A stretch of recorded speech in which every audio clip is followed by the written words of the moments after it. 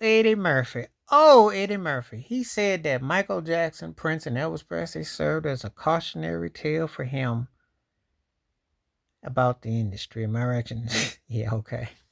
Let me explain. He was a big Elvis Presley fan. He was a big fan of Michael, big fan of Prince. And they all died young because of the perception of an overdose. But Eddie ain't telling the whole story. Presley was pimped out by the Colonel Tom Parker. Yeah, Presley couldn't even go to the bathroom. You know how he died on the throne?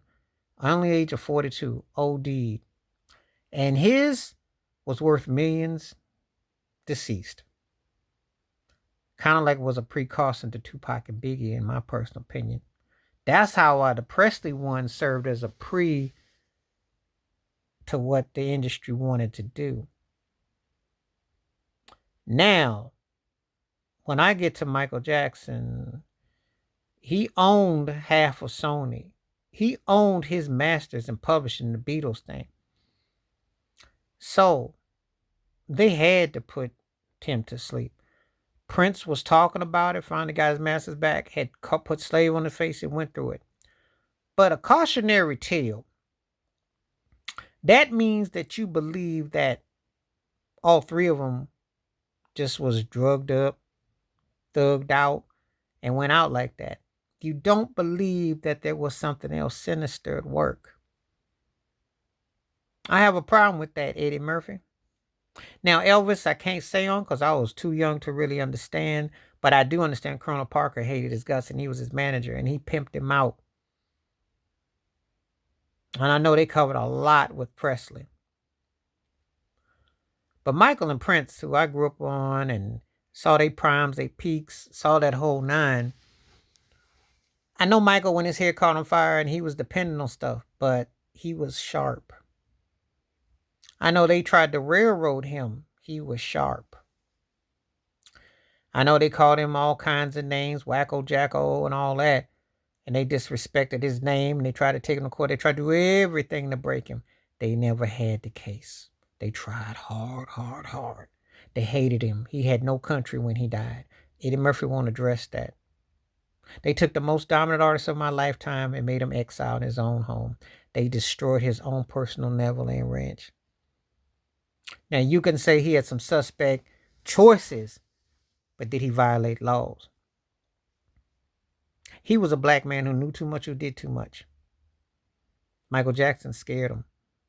People ask me what's a scary black man? It was Michael Jackson. I'll never let that happen again. Because they had to jump on the command.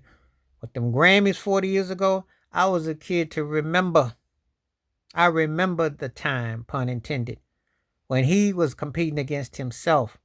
They told him Off the Wall was too black. He came back with Thriller. He tore they behind up. They had to nominate him in categories they didn't want to. MTV had to call him the King of Pop. They hated it. Kurt Loder hated him. MTV and them racists hated him. That's why they shut him out with the Bad video and so on. And they despised that they had to kiss the ring of a black man who broke rules, who broke the game wide open. Even Prince will tell you that Thriller was important to black artists. Most black artists benefited from Thriller. Whether they admit it or not, it was an opening that hadn't happened. And it still reverberates to this day. Because Yo MTV Raps, a lot of them things don't happen if Michael Joe Jackson don't make that thing jump. No one hit it like Michael did. He was a message and about it went around the world. Now to Prince Rogers Nelson, a very talented, creative, and highly thought out brother who didn't always agree with everything, didn't always like all his records and stuff. I liked his stuff except for on way after the 80s, but live show the man brought it. He told you real music, real musicians. He spoke out about the fakery. He called it a plantation. He showed how they legislate, how they dictate. They're doing it now. And they're trying to say he didn't have a will. So they've done everything in the whitewash to take his stuff and water it down. So I'm supposed to sit here and just think that all these guys are just... And see, the thing is this. They don't go around and call Elvis a dope head, but they said about Michael Jackson and Prince. So Eddie needs to have clarification when he says stuff. A cautionary tale.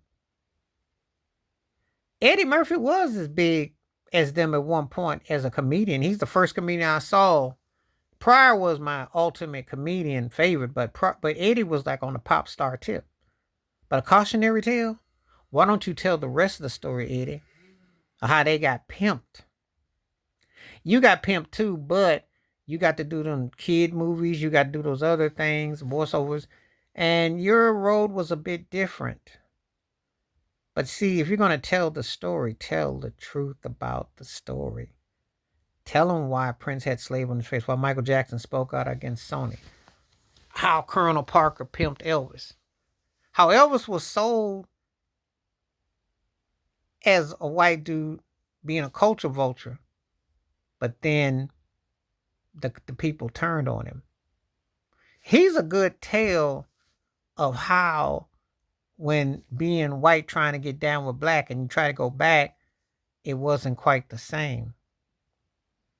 He was a precautionary tale to Justin Timberlake, except more talented. But Eddie ain't telling the whole story about the so-called cautionary tale because he ain't talking about their plight and what they had to endure. He just talked about how they tell you how it ended. He ain't telling you the facts in between. So I take exception with that. Please like, subscribe, welcome thoughts, comments, and I do respond. Thank you. Wash your hands. Keep your mind clear. Watch out for another shit if you like my piece.